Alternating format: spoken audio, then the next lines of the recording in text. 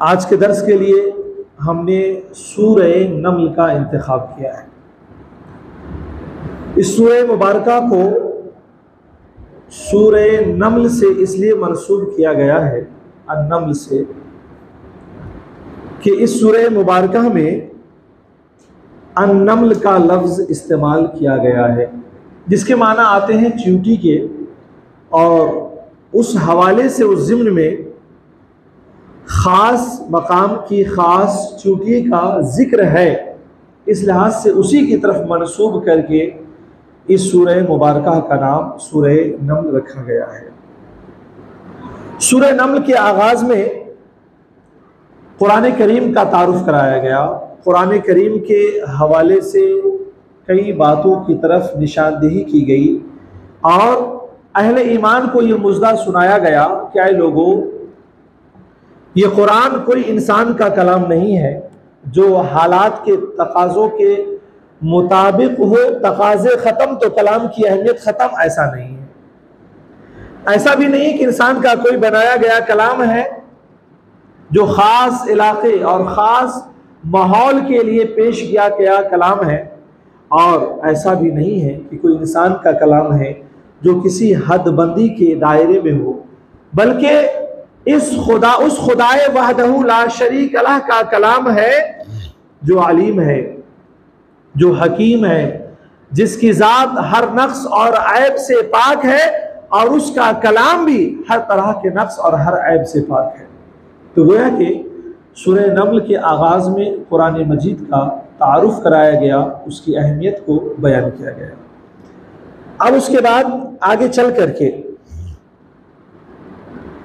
क़यामत पर ईमान लाना क्यों ज़रूरी है,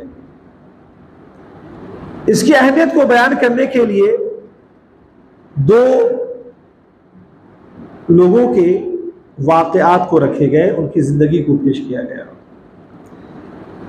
एक उस शख्स के हवाले से गुफ्तगू की गई जो क़यामत का मुनकिर है, यानी फ़िरौन, और ये बता दिया गया कि ये शख्स क़यामत का मुनकिर है, तो अब हालात ये हैं कि उसे सिर्फ अपनी सल्तनत बचानी है, अपनी हुक्मरानी बचानी है, अपनी सल्तनत को कायम रखना है, और उसके लिए जिस किस्म के भी जुल्मो जबर हो सकते हैं सबको उसने रवा रखा।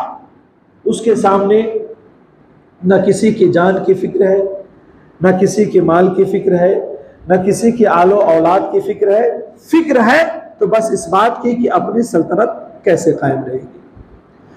और आलम यह है, हक क्या है, हक के लिए खुद उसने जो मियार बनाया और जो शर्तें लगाई हैं, अगर हक उस मियार पर भी वाज़ेह हो गया तो आलम यह है कि उसने हक को कबूल नहीं किया, बल्कि अपनी सल्तनत के लिए उसने हक को भी ठुकरा दिया।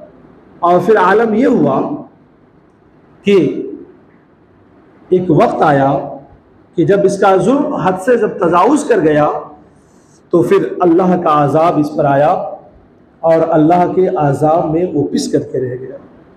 कुरान ने फ़िरौन के एक मुख्तसर से हालात को बयान करने के बाद ये पैगाम दिया कि जब बंदा क़यामत का मुनकिर हो जाता है, जब इंसान क़यामत का मुनकिर हो जाता है, तो ये आलम होता है कि फिर वो अल्लाह की वहदानियत पर ईमान नहीं लाता, बल्कि मौका मिले तो खुद खुदाई का दावा कर बैठता है। अपनी सल्तनत में वो फिर आदलो इंसाफ से काम नहीं लेता है, बल्कि हर किस्म के जुल्म और जबर को रवा रखता है। लेकिन ऐसे लोगों को हमेशा अपनी आंखें खोल के रखनी चाहिए कि जब ऐसे लोगों पर अल्लाह का अजाब आता है तो फिर अल्लाह के अजाब से उसे कोई बचाने वाला नहीं होता है। मुनकिरीन क़यामत का ये हाल है। और फिर दूसरी तरफ हज़रत सैयदना सुलेमान अलैहिस्सलाम की ज़िंदगी को रखा गया कि जब अल्लाह पर कोई ईमान लाता है और फिर जब वो क़यामत पर ईमान रखता है तो अल्लाह करीम उसे दुनियावी नेमतों से नवाजता है, तो फिर वो नाशुक्रा नहीं बल्कि कदम कदम पर वो सदे शुक्र बजा लाता है, और कदम कदम पर वो कह रहा होता है, हाज़ा मिन फज़्ल रब्बी, हाज़ा मिन फज़्ल रब्बी, हाज़ा मिन फज़्ल रब्बी। जाहिर सी बात है बंदा अपनी जिंदगी को मुकम्मल तौर से शरीयत के सांचे में ढाल दे और फिर जब उसके ऊपर खुदा की नेमतों का नुज़ूल होने लगता है तो उसे कहने का हक बनता है, हादा मिन फज़्ल रब्बी, हादा मिन फज़्ल रब्बी। अभी इतना जुमला, ये जो जुमला है ना, इतना माना खेज जुमला है। ये अलग सी बात है कि लोगों ने इस जुमले को समझा ही नहीं और सिर्फ एक जगह इस्तेमाल करते हैं, घर के सामने जो है ना लगा देते हैं, हाजा मिन फज़्ल रब्बी। कमाल है, हमारे गुलबर्गा का एक बड़ा मशहूर अखबार है, उसके एक मुदीर हुआ करते थे, इंतकाल फरमा गए। उन्होंने एक बार अखबार में इदारिया लिखा तो उन्होंने लिखा था, बड़ा मज़ाहिया जुमला कह लें और बड़ा तंज वाला जुमला लिखा था। उन्होंने कहा, लिखा था कि जिन लोगों को अपने मकान पर लिखना चाहिए हाजा मिन फज़्ल रिश्वती, वो लोग भी हाजा मिन फज़्ल रब्बी लगा देते हैं। अल्लाह खैर फरमाए।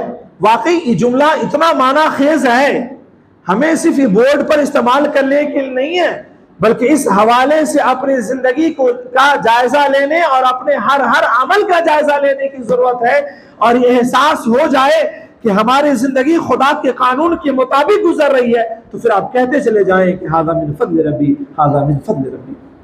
अल्लाह का सबसे बड़ा फजल ये है कि आपको अल्लाह करीम दीन इस्लाम के उसूल के मुताबिक जिंदगी गुजारने की तौफीक अता फरमा दे। इस ज़िम्न में हज़रत सुलेमान अलैहिस्सलाम का जिक्र है। याद रखें कि हज़रत सुलेमान अलैहिस्सलाम उन शख्सियात में एक है कि जिन लोगों ने पूरी दुनिया पर हुकूमत की है। इमाम अहले सुन्नत शाह इमाम अहमद रज़ा खां फ़ातिह बरेलवी के खलीफ़े ख़ास सैयदुल मुफ़स्सिरीन हज़रत अल्लामा नईमुद्दीन मुरादाबादी रहमतुल्लाहि ताला अलैह ने हाशिया और तफसीर ख़ज़ाइनुल इरफ़ान, जो हाशिया और जो तफसीर इमाम अहले सुन्नत के तर्जुमे कंजुल ईमान पर लिखे गए हैं, उसमें आपने लिखा है कि दुनिया में 4 लोगों ने पूरी दुनिया पर हुकूमत की है, 2 मुसलमान और 2 काफिर। मुसलमानों में एक अस्कंदर ज़ुल्करनैन है, जिन्होंने पूरी दुनिया पर हुक्मरानी की। हज़रत खिज़र अलैहिस्सलाम के खालाजाद भाई होते हैं और उन्हीं के वजीर की हैसियत से भी हज़रत खिज़र अलैहिस्सलाम थे। अस्कंदर ज़ुल्करनैन के बारे में इख्तलाफ हुआ है कि ये नबी थे या नहीं थे, लेकिन सही कौल ये है कि ये नबी नहीं थे, बल्कि अल्लाह के एक बरगुज़ीदा बंदे थे और नेक और सालिह थे। दूसरी शख्सियत जिन्होंने पूरी दुनिया पर हुकूमत की है वो हज़रत सुलेमान अलैहिस्सलाम है। और 2 काफिर है जिसने पूरी दुनिया पर हुकूमत की, एक नमरूद है और दूसरा बुख्ते नसर है, जिसने पूरी दुनिया पर हुकूमत की है। एक हुकूमत और कायम होगी जो पूरी दुनिया पर होगी और उसका वक्त जरूर अनकरीब आएगा और वो हज़रत मेहदी अलैहिस्सलाम होंगे। वो जाहिर होंगे और पूरी दुनिया पर इंशाअल्लाह अज़ीज़ इस्लामी हुकूमत को कायम फरमाएंगे। हज़रत सुलेमान अलैहिस्सलाम के हवाले से सूरह मुबारका में जो वाक़यात जिक्र किए गए, थोड़ा सा उसको इख्तिसार के साथ बयान करता हूँ, चूँकि आप हज़रत दाऊद अलैहिस्सलाम के साहिबजादे हैं और अल्लाह करीम ने हज़रत दाऊद अलैहिस्सलाम को भी बड़ा ऊंचा मकाम अता फरमाया था, बड़ी बरगुज़ियत अता फरमाई थी। आप उनके साहिबजादे हैं। अल्लाह करीम ने आपको पूरी दुनिया पर हुक्मरानी अता फरमाई और आपके लश्करों में, फौजों में इंसान, जिन्नात, परिंदे सभी शामिल थे। एक मरतबा आप कहीं सफ़र पर निकले हैं। अक्सर रिवायत ये बताती है कि काबतुल्लाह की ज़ियारत के लिए आप निकले थे। हवा के दोष पर आप सवार हुए, आपने इंसानों को भी उस पर बैठाया, जिन्नातों को भी बैठाया और परिंदों को भी बैठाया और फिर आप रवाना हुए। उसी सफ़र का तज़किरा जो है ना यहाँ पर किया गया है। हज़रत सुलेमान अलैहिस्सलाम जब सफ़र पर रवाना हुए तो आपने सफ़र में जायज़ा लिया। किसका जायज़ा लिया? आपने जो है ना परिंदों का भी जायज़ा लिया है। और उसी सफ़र का वाक़या मज़कूर है कि जब सैयदना सुलेमान अलैहिस्सलाम अपने लश्कर के साथ सफ़र कर रहे थे तो 3 मील दूरी से आपने चींटियों की आवाज़ सुनी थी, जो चींटियां कह रही थी कि ऐ चींटियों, अपने अपने सुराख में दाखिल हो जाओ, कहीं ऐसा ना हो कि बेखबरी में सुलेमान अलैहिस्सलाम का लश्कर तुम्हें कुचल करके रख दे। चींटी जानती थी कि सुलेमान अलैहिस्सलाम एक अदल पसंद हुक्मरान है, ये जानबूझकर किसी पर जुल्म नहीं कर सकते। हो सकता है बेखबरी में ये कुचल दे। 3 मील की दूरी पर हज़रत सुलेमान अलैहिस्सलाम ने सुना और मुस्कुरा पड़े। कमाल है कि 3 मील की दूरी से वो चूंटी हज़रत सुलेमान अलैहिस्सलाम के आने की आहट को महसूस कर ले और 3 मील की दूरी पर हज़रत सुलेमान अलैहिस्सलाम चींटी की आवाज को सुन ले, कोई हैरानी नहीं है। तो मेरे मुस्तफ़ा अगर कुछ और दूरी से भी हमारी आवाज को सुन ले तो इसमें ताज्जुब की क्या बात है। 3 मील की दूरी पर हज़रत सुलेमान का सुन लेना यह भी रब की आता है, और कोसों मील की दूरी पर मेरे मुस्तफ़ा की हमारी फरियाद को सुन लेना यह भी खुदा की आता है। अब आगे बढ़े और सफर का मरहला तय हुआ। सफर में ही आपने परिंदों का जायजा लिया, और यहां पर एक इबरतनाक बात यह बताई गई कि हुक्मरान के लिए लाजिम है कि सबका वो जायजा लेता रहे, सबकी खबर वो लेता रहे। उन्हीं परिंदों में एक परिंदा था हुदहुद। रिवायत ये बताती है कि हुदहुद की तलाशी क्यों ली गई, तो फरमाया गया कि सुलेमान अलैहिस्सलाम ने एक जगह पड़ाव डाला था जहां पर आपको पानी की जरूरत थी, इसलिए आपने हुदहुद को तलाश किया, क्योंकि हुदहुद एक ऐसा परिंदा है जो जमीन के नीचे कहां पानी है वो देख लेता है। अल्लाह ताला ने उसकी आंखों में वो ताकत और तासीर अता फरमाई है। और चींटी का भी जिक्र है, ये तो खुद बहुत हैरान कुन एक कीड़ा है। उसके बारे में बताया जाता है कि अनाज का इंतजाम करने के लिए अलग जमात है और अपनी हिफाजत के लिए एक अलग जमात है, और अनाज की हिफाजत के लिए एक अलग जमात है। अल्लाह ने छोटे से कीड़े को इतना शऊर अता फरमाया है कि गेहूं वगैरह को लेकर के जाकर सुराख में रखे तो उसके 2 टुकड़े कर देता है ताकि जमीन की नमी से उग न जाए, लेकिन धनिया और दूसरे अनाज को 4 टुकड़े करता है क्योंकि 2 टुकड़े के बाद भी वो जम जाता है। अल्लाह करीम ने छोटे से कीड़े को इतना शऊर अता फरमाया है। जब हुदहुद का जायजा लिया तो आपने देखा कि हुदहुद परिंदा गायब है, तो आपने पूछा कि कहां गायब है। वो कोई उज़्र माकूल लाए वरना उसको मैं शदीद आजाब दूंगा, यानी ज़बह कर दूंगा। जब हुदहुद परिंदा हाजिर हुआ तो बाज़ रिवायतें बताती हैं कि हुदहुद परिंदे के ताज को आपने पकड़ा। हुदहुद परिंदा पीले रंग की तरफ माइल होता है, उसके सर पे ताज हुआ करता है। फरमाते हैं कि जब ताज पकड़ा, जाहिर सी बात है सर का ताज है, कोई भी पकड़े तो जिल्लत का एहसास होता है। तो उस परिंदे ने कहा है सुलेमान तू मेरे ताज को छोड़ दे कि कोई ऐसी ज़ात है जो तेरे ताज को भी पकड़ने पर कादिर है। फरमाते कि सुलेमान अलैहिस्सलाम कांप गए और अल्लाह की बारगाह में इंतहाई आजिज़ी की, और आपने फरमाया कि ठीक है अगर तू गायब था तो उज़्र बता। तो हुदहुद परिंदे ने कहा कि मैं खबर लाया हूं एक ऐसी जगह से, मुल्क सबा से, कि जहां पर एक मलिका है जो हुक्मरानी करती है और वो लोग सूरज की परस्तिश करते हैं। तो परिंदे ने जब ये खबर दी, खैर वाक़यात बहुत तफसील इख्तिसार के साथ बयान करता हूँ। परिंदे ने जब खबर दी तो आपने फरमाया कि ठीक है उसे ले जाओ और मेरा ये पैगाम पहुँचा दो और मेरा ख़त पहुँचा दो। और उस ख़त में यही अल्फाज, इसी में बिस्मिल्लाहिर्रहमानिर्रहीम के मुकम्मल अल्फाज इसी सूरह मुबारका में आया और फरमाया कि मेरे मुती फरमा बरदार हो जाओ और तकब्बुर से काम डालो। जब ये ख़त पहुँचा, बाज़ रिवायत ये बताती हैं कि मलिका घर में सोई हुई थी और परिंदा कहीं से दाखिल हुआ और सीने पे डाल करके आ गया। बाज़ रिवायतें बताती हैं कि जब वो तख्त पे बैठी हुई थी तभी ये परिंदे ने ख़त पहुंचाया, और ख़त को जब पढ़ा उसने तो उसने अपने वज़रा से मशवरे लिए और कहा कि हर काम में तुमसे मशवरा लेती हूँ, देखो ऐसा ऐसा पैगाम आता है, हमें मुती फरमा बरदार बनना चाहिए या फिर ये बादशाह का इंतज़ार करनी चाहिए कि जब कोई बादशाह आता है तो मुल्क के अफराद को कुचल देता है। सारे लोगों ने कहा कि हम आपकी तरफ से तैयार हैं लड़ने के लिए, हमें कोई हर्ज नहीं है। उसके बाद ये पैगाम जब पहुंच गया है तो मलिका ने कहा कि ऐसा करते हैं कि उन्हें कुछ तोहफा भेजते हैं, और तोहफा अगर कबूल कर लिया तो समझ लो बादशाह है, और अगर तोहफे को कबूल ना किया तो समझ लो अल्लाह का पैगम्बर है जो ये चाहता है कि हम इस्लाम को कबूल कर ले और उन पर ईमान ले आए। तोहफा जब पहुंचा है तो तोहफा पहुंचने के बाद हज़रत सुलेमान अलैहिस्सलाम ने उस तोहफे को ठुकरा दिया है। तोहफा क्या था उसका जिक्र कुरान में नहीं किया है। उलमा ने बहुत रिवायतें लिखी हैं, मगर सही राजी कौल ये है कि कीमती तोहफा रहा होगा जिसका जिक्र कुरान ने नहीं किया है। और आपने फिर पैगाम भेजा कि या तो मुती फरमा बरदार बन करके आ जाओ या फिर आमादा हो जाओ जंग के लिए।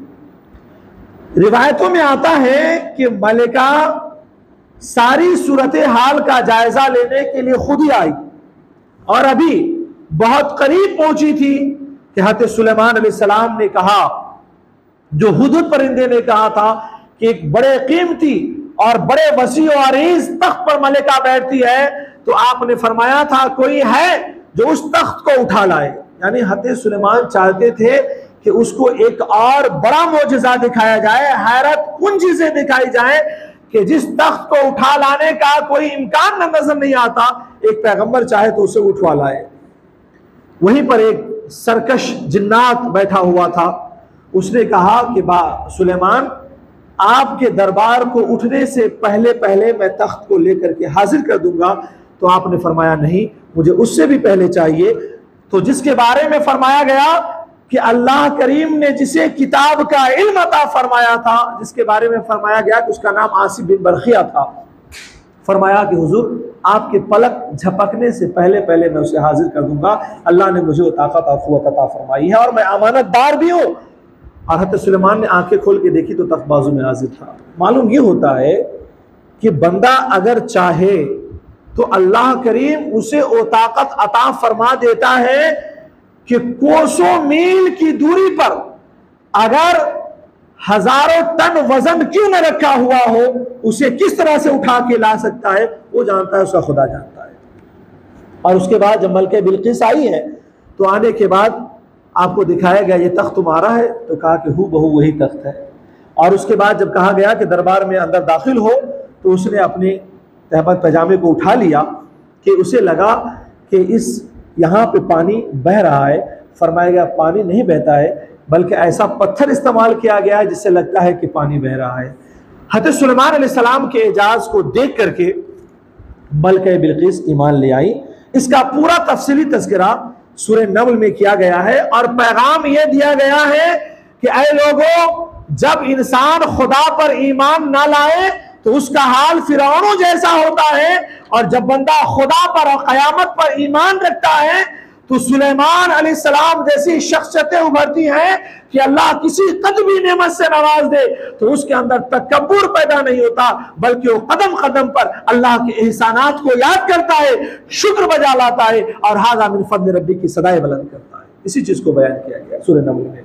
और उसके आगे चल करके कौम सुमूद और कौम लूत के हालात को बयान किए गए हैं। और कौम सुमूद और कौम लूत की जो नाफरमानियां थी, इनके अंदर जो गंदगियां थी, वजन को नापने के मामले में जो बेईमानियां थी, जिनसी ख्वाहिशात के तकमील के मामले में अहकाम खुदाबंदी की जो खिलाफ वर्जियां थी, उसको तफसील से बयान करने के बाद ये वाज़े तौर पर बयान कर दिया गया कि ऐसे लोग जिस समाज और माशरे में पाए जाए उनका हाल ये होता है कि अगर कोई अल्लाह का नेक बंदा उन्हें इस्लाह की दावतें देता है तो पहले उसे डराया जाता है, उसे धमकाया जाता है, नेक बंदों को मुल्क से निकालने की बात की जाती है। मगर जब ऐसे लोग जो सरासर अल्लाह की नाफरमानियों में, गुनाहों में और ख्वाहिशात में डूबे हुए हो, तो अल्लाह मोहलत ये देता है कि अपने नेक बंदों को उसकी इस्लाह के लिए भेजता है। लेकिन जब लोग उस नेक बंदे की इस्लाह को कबूल नहीं करते हैं तो अल्लाह करीम ऐसी कौम को हलाक फरमा देता है कि किसी को आवाज ने हलाक कर दिया और किसी के ऊपर अल्लाह करीम ने जमीन को पलट दिया।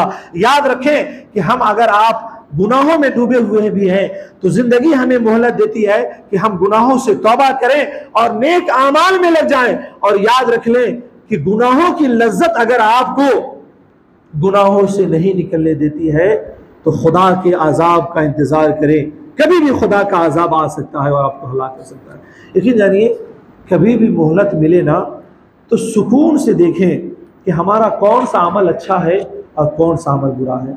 अगर अच्छे अमल की तौफीक मिली है तो खुदा का शुक्र अदा करें, और अगर कुछ गलत रविश पे लग गए हुए हैं ना तो फौरन तौबा करें, अल्लाह की बारगाह में रुजू करें और नेक अमाल की तरफ लग जाएं। ये आपकी सबसे बड़ी कामयाबी होगी। उसके बाद एक और चीज़ों को, अच्छा, इस कौम सुमूद और कौम लूत के जो वाक़यात बयान किए गए उसका पस मंज़र ये है, पेश मंज़र ये है कि अल्लाह चाहता है कि उम्मत मुहम्मदिया के अंदर ऐसे गुनाहों का दाग ना पाया जाए। फिर उसके बाद आगे चल करके अहले मक्का को खिताब किया गया और अहले मक्का से कहा गया कि लोगों, तुम्हारा हाल यह है कि तुम बड़े से बड़ी चीजों की गुत्थियां सुलझा देते हो, कारोबार में, तिजारत में तुम्हारी मिसाल नहीं है, दुनिया तुम्हारी इत्तेबा करती है। मगर कितनी भी अक्ली वाली बात है कि जब तुम्हारे तिजारत के मैदान में तुम्हारा इतना दिमाग काम कर रहा है, बड़ी बड़ी गुत्थियों को सुलझा रहे हो, मगर जब बात आती है ईमान की तो आलम यह है कि तुम्हारी अक्लें कहाँ मारी जाती है कि एक पत्थर को पूछते हो, एक सूरज को पूछते हो, बेजान चीजों को पूछते हो।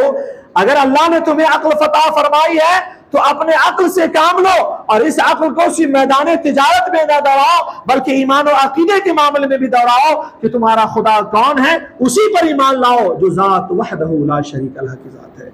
तो इन सारी चीजों को यहां पर पेश किया गया और फिर हुजूर को तसल्ली दी गई कि महबूब, अगर ये कुफारे मक्का अगर आपको नहीं मानते हैं और तस्लीम नहीं करते हैं तो आप घबराए नहीं। सूरज निकले कोई ना देखे तो उसकी आंखों का कसूर है, सूरज का कसूर नहीं है। अगर इसी कसूर पर इस तरह कायम रहे तो एक जमाना आएगा कि फिर खुदा के आजाब से इन्हें कोई ना बचाएगा। और फिर दुनिया ने देखा कि अल्लाह करीम ने इस्लाम को फतह नसीब फरमाई कि सारा का सारा मक्का जो है ईमान के दामन में आता हुआ नजर आ रहा है। इन सारी चीजों को बयान किया गया और आखिर में खास चीज को यह बयान किया गया कि कुफारे मक्का हमेशा इस बात को सोचते थे, वो ये कि अगर हम ईमान ला लेंगे तो हमारा खुदा पर और उसके रसूल पर एहसान होगा। कुरान ने पैगाम दिया, इस बात को याद रखो कि तुम्हारा ईमान लाना ये अल्लाह और उसके रसूल पर एहसान नहीं है, बल्कि तुम्हारा ईमान लाना तुम पर अपने आप पर एहसान है कि तुम ईमान ले आओ तो अल्लाह करीम दुनिया और आखिरत दोनों की इज्जत और सुरखुरी अता फरमा देगा। इन्हीं सारी बातों का तफसीली तज़किरा सूरह नमल में किया गया है। अल्लाह करीम की बारगाह में दुआ है कि मौला करीम हम तमाम लोगों को अपने फरमान और प्यारे हबीब के फरमान पर अमल करने की तौफीक अता फरमाए।